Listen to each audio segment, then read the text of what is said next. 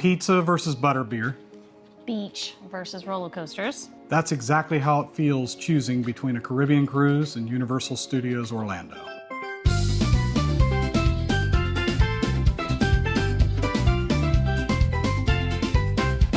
Holletts at sea, where the sunsets glow, steel drums play and the breezes blow. Grab a drink, hold tight, let your worries go.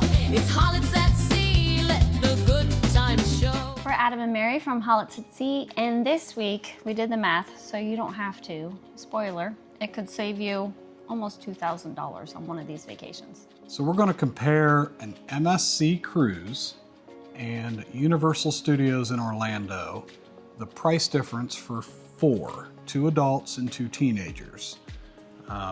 Now, I know the math is going to be a little different for every person because it's based on when you fly out, where you fly out of, where you stay, etc. I tried to get it as close to apples and apples as I could. To compare and show the value of the two. Both are great. And I am a Potterhead and I love Universal Studios. Yeah. I even have a tattoo. It's a Harry Potter tattoo. And I've read all the books multiple times, seen all the movies multiple times. I'm excited for the new audio books coming out that are the live cast. You can check them out on Audible. I think they start in November. I've also included on the MSC cruise the drink package for the adults, the beverage package, and then the soda package for the kids.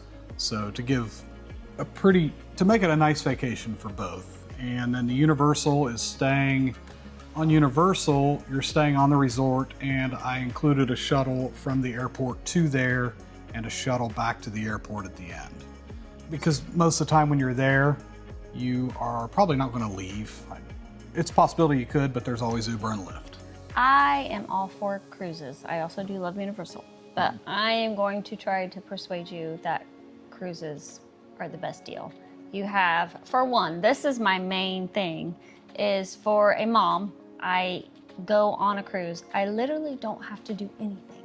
I don't have to figure out where to eat. I don't have to figure out for my kids where to eat, for my kids what they're going to do, for us what we're going to do, traveling to and from. Everything is taken care of, from meals, breakfast, lunch, dinner, snacks, late night snacks, snacks you don't even need, all that stuff. From your entertainment, you have all the pools. You get to visit so many different really beautiful places in the world. Everything you need is there. All activities, especially for kids and things like that. Karaoke, they do scavenger hunts for kids. What else do they do? There's just so much to do. If you're bored, it's your own fault on a cruise. So the value is absolutely worth it for me personally. As a mom and as a wife, it's a wonderful vacation because I don't have to do anything except enjoy it. Yeah. And I'm going to talk a little bit about Universal. Again, I love Universal. There can be some crazy lines. Yes. The ticket prices are astronomical. Let me butt in. There are lines on cruise ships. Yes. But typically not that long. Not like I mean, that. You're not waiting hours in line for anything, really. Right. Like you are at Universal. Right. Universal, if you really want to get to the fun fast, you got to buy a fast pass. And those are, I don't even want to try to venture a guess. I think they're over $300 a person per day. Whew. We did it one time, but we did it that one was time. just you and me. We didn't take the kids for that. And we had one day. We stood in line. And we didn't have to stand in line for anything on that day, which was really nice. Also at Universal, you have to buy all your meals, and it's expensive. If you want any kind of beverages, again, expensive. For honestly mediocre food. Yeah, it's not that great. Just saying it.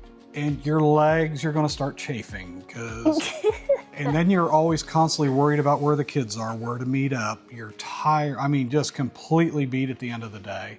You can only do the park so many times before you're like, okay, I need to move on to something else. And as soon as you do that, you've either wasted a park ticket or you're paying to go do something else. Again, I love it, but 1 to 2 days for me, maximum. Yeah, for sure. And it's plenty. One for me. On a cruise, though, you can do as much or as little as you want. And I can't express enough how much the value of a cruise to me far exceeds that of Universal. I will go to Epic Universe. I'm really excited for that. Absolutely. And I'm hoping to get to try that in January if they release their ticket dates for next year. Let's go over the cost. Okay, a cruise with flights for 4. Now again, I'm coming from Columbus, Ohio to Orlando in November. That was my test data. That cost with flights, with gratuities, with drink packages on an MSC cruise in a balcony. Which balcony highly recommend. And again, I'm going at the cheaper time of year, just after just before Thanksgiving. So before the holidays, through the week while kids are technically in school, it came out to $2,610 For 4 people. for 4 people. Wow.